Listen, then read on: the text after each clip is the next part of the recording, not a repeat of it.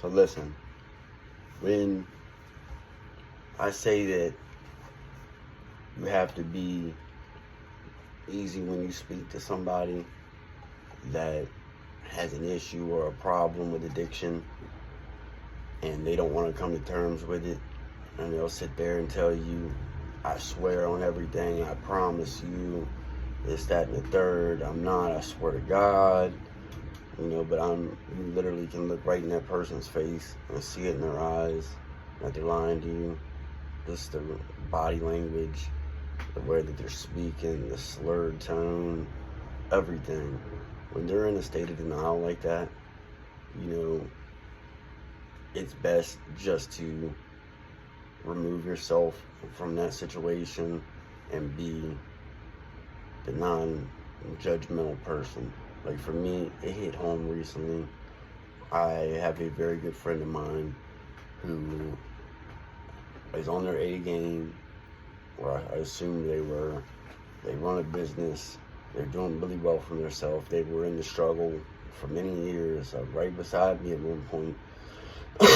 And, I FaceTimed and talked to them, can barely understand a word they're saying, and I know all the red flags. I can see it from a mile away. I can smell the BS before it even got to me. And I seen the actual individual in person.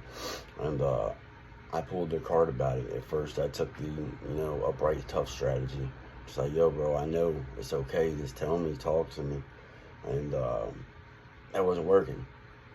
So I decided to, take the high road. And I told him, I'm like, look, I'm just going to stay neutral on this.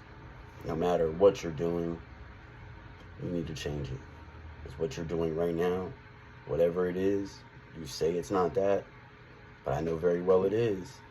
Whatever you're doing, homeboy, you need to change it, because it's going to do nothing but be a very self-destructive path for you. You're going to lose everything. The whole empire that you've built for yourself is going to crumble. It's going to be like a castle made of sand when the water hits it. It's just going to go away. So I had to take the position of, you're my brother.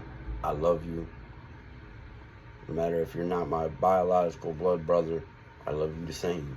And I need you to pull it together. But if I let my brother fall when he's in need, no matter if they want to admit it or not, I feel like I failed. But I also have to reiterate that you cannot control somebody else in their actions, no matter as much as you want to, no matter what ultimatum that you put on the table. You can't control that. That's just something that's, not been woven in our destinies. Everybody has their own path.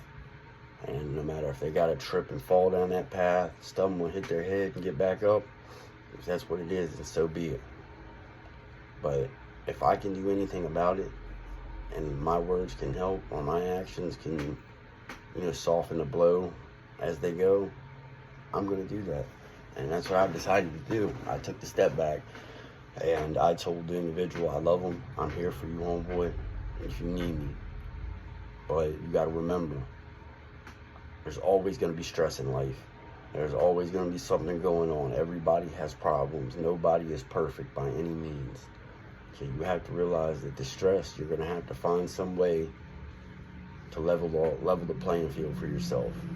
You can't always just tuck it under, put it behind you until there's so much that it explodes. It doesn't work. It's a self-destructive path, and that person knows as well as I do that that's not how this works. And when you know that somebody's doing it, you've been told by somebody else that they're doing it, and it's basically stamped. At that point, if they're still in denial, you have to take the step back, and you have to give them your love and tell them that you support them, and that the decisions they're making isn't working. It's not going to work. No matter as much as they want it to work, it's not going to work. And that's what I had to do. And that's what I want to relay to everybody, that, I've said it before and I'll say it again. Tough love isn't always the best love. You can give it, that's usually how I like to give it, because it's, the straightforward, the honest way, the brutally honest way. And not a lot of people do that. Not a lot of people shoot you straight. And that's what I try to do, is be a straight shooter. But sometimes you gotta curb the bullet a little bit. You gotta let them take the reins. You gotta let them take the wheel and drive it themselves. You can't always be the driver. But that's the point of this, is that everybody needs to realize that they're the only person that can control their own actions. I can't control yours, and you can't control mine. But we can give our best advice, give our heart to people, and let them know that we're here for them, and let them know that we care. Because that's the best that we can do. And if they know they have support, that's, just one more inch towards that finish line. And sometimes all it is an inch away, and they may have needed that, especially for men. Men's mental health is looked over so much, in my personal opinion, and just from my experiences. So men have that pride to where they don't want no help. They don't, especially alpha males. They don't want no help. They want to do it themselves. They don't break down to nobody. They don't want to vent to nobody because they're going to think they're soft. And that's another thing I had to, let my homeboy know. I was like, look, man, I'm your brother. I love you. I'm here for you. And you can always talk to me. And he's like, what am I supposed to do? Just sit here and cry and talk to somebody? I was like, no, you talk to him. You talk to me the way that you're talking to me right now. That don't make you no B word. That don't make you no less of a man to be able to talk to somebody, especially your homeboy, about your emotions. Because you got to talk to somebody about it before you bottle it up and you explode. And that's the self-destructive path that comes with addiction. And now that, like I said, I'm on the other side of that wall now, and I see it from a whole different view. It was something different to learn at first, being that I'm the one now trying to give the advice and trying to help people out of the trenches. It's different. It hits different. It really does.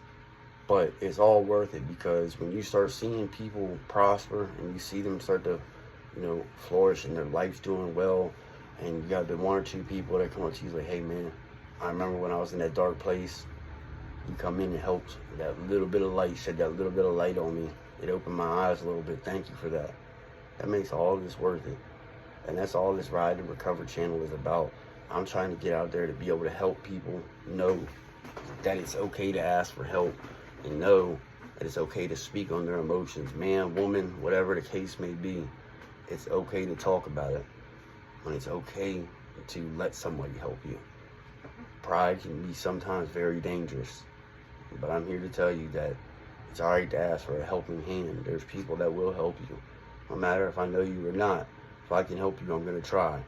I want to thank all y'all, man. Thank you for all the likes, subscribing, everything throughout this channel. We're slowly moving up, but I wanted to put this video out today to let all the men, women, everybody that's watching this know that recovery is possible.